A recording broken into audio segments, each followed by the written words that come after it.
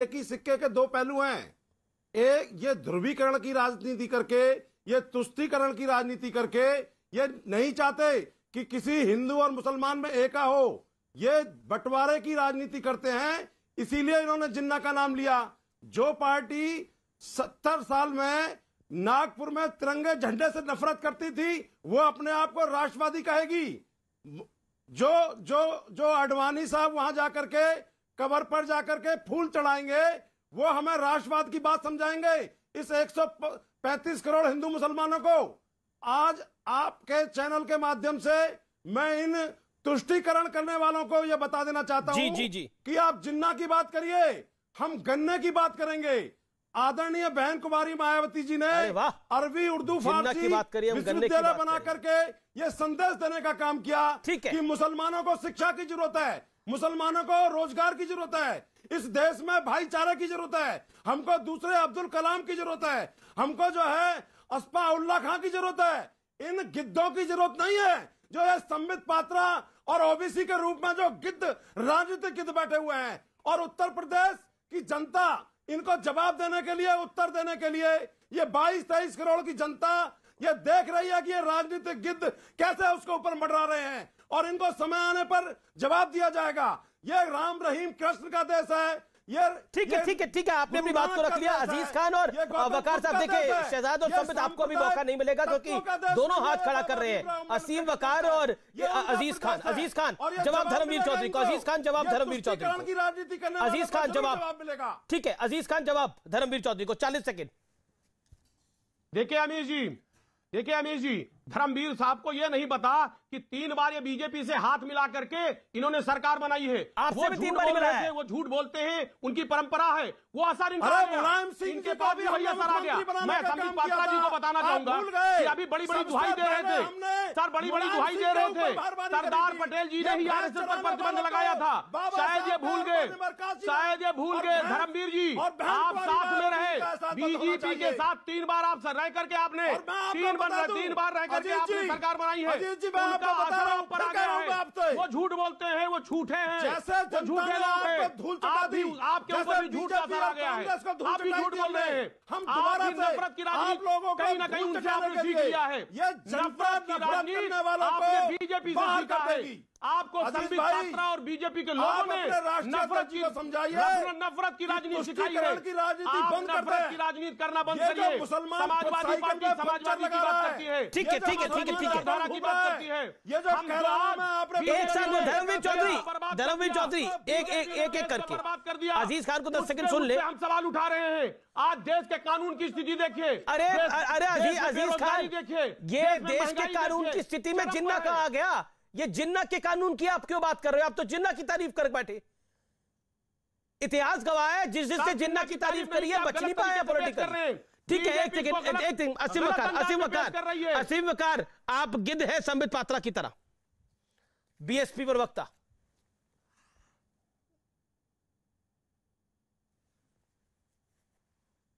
बोलिए असीम, बोलिए। नेता के खिलाफ इस्तेमाल करता है या हमारे खिलाफ, तो हम छोड़ते भी नहीं है। इन्हीं ने कहा कि राजनीतिक गिद्ध, तो 3 बार इन्हीं ने बीजेपी जो गिद्ध है उसके साथ एक गिद्धनी बन गए। इनकी नेता जो थी गिद्धनी बन के उन्होंने गठबंधन किया, और बिहार में हम जैसे गिद्धों के साथ भी इनकी गिद्धनी तैयार थी।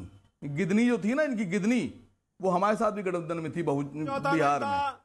तो बोलने से पहले सोचते अगर तो इनको जवाब ना मिलता। 24 करोड़ की जनता में इनका कोई जवाब नहीं है। ये बेचारे मुंह खोल लेते हैं, आंखें बंद कर लेते हैं। इनके पास ना कोई तर्क है, ये न वितर्क है, ये कुतर्क करते हैं। हमारा कोई समझौता नहीं था आपके साथ में।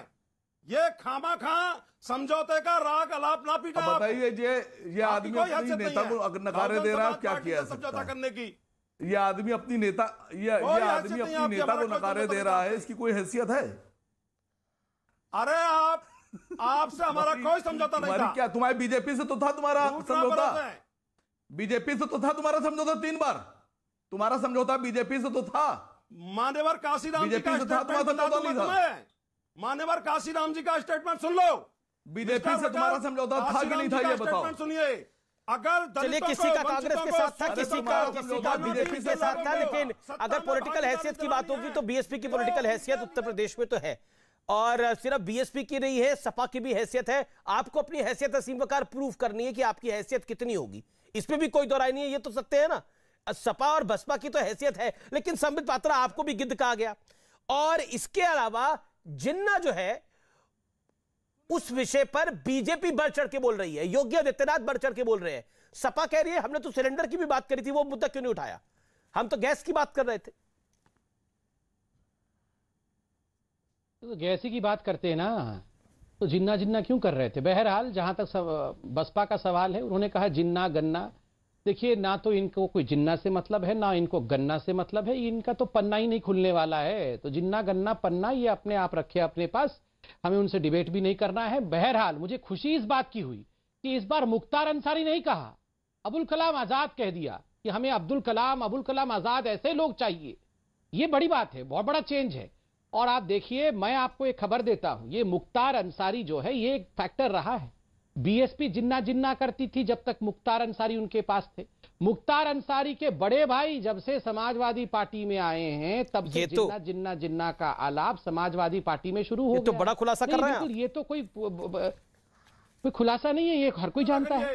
आप फर्क देखिए दोनों पार्टी। धर्मवीर चौधरी अपनी टर्न पे बोलिए, ऐसा अनफेयर होगा। जवाब देगी आप, अभी चिल्लाइए मत, शांति से मैं कंप्लीट कर लूं। अमीश भाई, मैं तो किसी के बीच में चिल्लाता नहीं। जी जी जी। अमीश भाई, आप दोनों सरकारों के बीच में फर्क देखिए। योगी आदित्यनाथ जी ने मुख्तार अंसारी का क्या किया है और मुख्तार अंसारी के परिवार को खुश करने के लिए जिन्ना का प्रलाप करके किस प्रकार से तुष्टीकरण की पराकाष्ठा हो रही। दूसरी बात है, आज कांग्रेस पार्टी कहां है, कहां है कांग्रेस पार्टी का प्रवक्ता।